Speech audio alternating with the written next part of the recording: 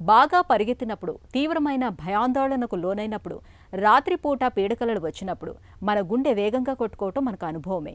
అయితే కొంతమందిలో పరిస్థితులతో నిమిత్తం లేకుండా గుండె బాగా వేగంగా స్పందిస్తూ ఉంటుంది. దీన్నే మనం గుండె దడగా చెప్పుకుంటాం. వైద్య పరిభాషలో హార్ట్ పాల్పిటేషన్స్గా పిలుస్తారు. గుండె దడను మనలో చాలామంది గుండెపోటుకు సంకేతంగా భావిస్తారు. అసలు ఈ నమ్మకంలో నిజమెంత? గుండె వేగంగా స్పందించడానికి వెనుక కారణాలు, వాటికి పరిష్కార మార్గాల గురించి ఇప్పుడు తెలుసుకుందాం. గుండె దడ ఏంటంటే గుండె పరంగా దడ వస్తుంది. గుండె వ్యాధి లేకపోయినా కూడా కొంతమందికి దడ వస్తుంది. కొంతమందికి ప్రెగ్నెన్సీలో ఒక్కొక్కసారి పాల్పిటేషన్స్ వస్తాయి. కొంతమంది బ్లడ్ తగ్గినప్పుడు పాల్పిటేషన్స్ వస్తాయి. కొంతమంది థైరాయిడ్ ప్రాబ్లం కొంచెం హైపోథైరాయిడ్స్ ఉన్నా, లేకపోతే థైరాయిడ్ పెరుగుతున్నా, హైపర్ థైరాయిడ్స్ ఉన్నా సరే పాల్పిటేషన్స్ వస్తాయి. నిద్రలేమి నిద్ర పట్టకపోవడం వల్ల రాత్రుల పూట వాళ్ళ హార్ట్ బీట్ని వాళ్ళే ఫీల్ అవుతూ ఉంటారు. సో దాన్ని కూడా పాల్పిటేషన్స్ అంటారు. నిద్ర లేని కారణంగా వస్తాయి. ఆల్కహాల్ తీసుకొని సడన్గా ఆపేయడం వల్ల వస్తాయి. సో ఎక్కువ స్ట్రెస్, యాంగ్జైటీ వీటి వల్ల కూడా పాల్పిటేషన్స్ వస్తాయి. ఇవన్నీ నాన్ కార్డియాక్ కాజెస్, అంటే హార్ట్ కాకుండా మిగతా వాటి కాజెస్.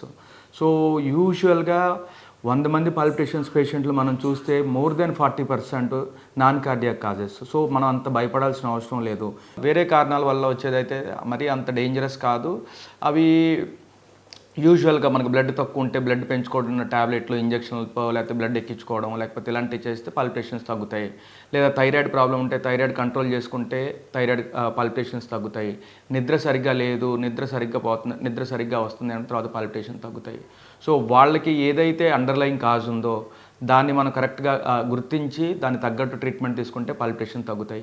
గుండె పరంగా వచ్చే పాల్పిటేషన్స్ మాత్రం మనం సీరియస్గా తీసుకొని దాన్ని ఎవాల్యుయేట్ చేసుకొని ఏ కారణం వల్ల వస్తుంది, కవాటాలు లీకేజా, కవాటాలు మూసుకోవడం వల్ల, బ్లాకేజీల వల్ల, లేకపోతే అర్థీమియాస్ వల్ల గుండె ఒక్కొక్కసారి ఫాస్ట్గా కొట్టుకుంటూ ఉంటుంది, ఒక్కొక్కసారి స్లోగా కొట్టుకుంటూ ఉంటుంది. సో వీటి వల్ల అని చెప్పేసి మనం చూసుకోవాలి. గుండె పరంగా వచ్చేవి అయితే డెఫినెట్గా సీరియస్గా కన్సిడర్ చేయాలి.